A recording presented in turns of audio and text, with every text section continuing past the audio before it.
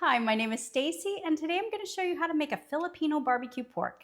So the first thing you're going to want to do is take 2 pounds of pork and chop it up into chunks. About 1-inch size works just fine. And then I'm going to set this aside. So now I'm going to show you how to make the marinade. I'm going to take a 1/2 cup of brown sugar, a 1/2 cup of soy sauce. I do like the Aloha brand soy sauce best. I have 1 cup of minced onions. It doesn't matter which kind. I did use a white onion today. I have 1 teaspoon of ground black pepper, 1 tablespoon of oil. I'm using avocado oil, but you can use whatever you've got.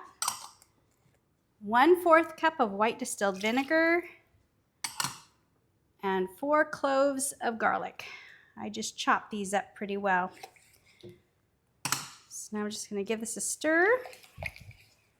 And I'll add it to the pork.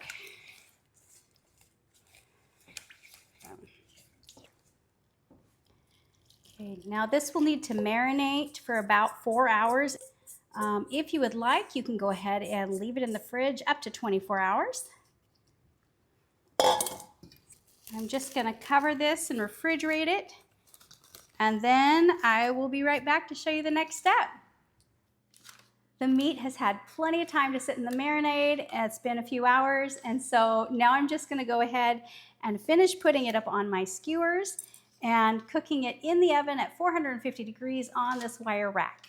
So about halfway through, I will turn these over so that they can get nicely browned and cooked on all sides, and I will show you the final results when it's done.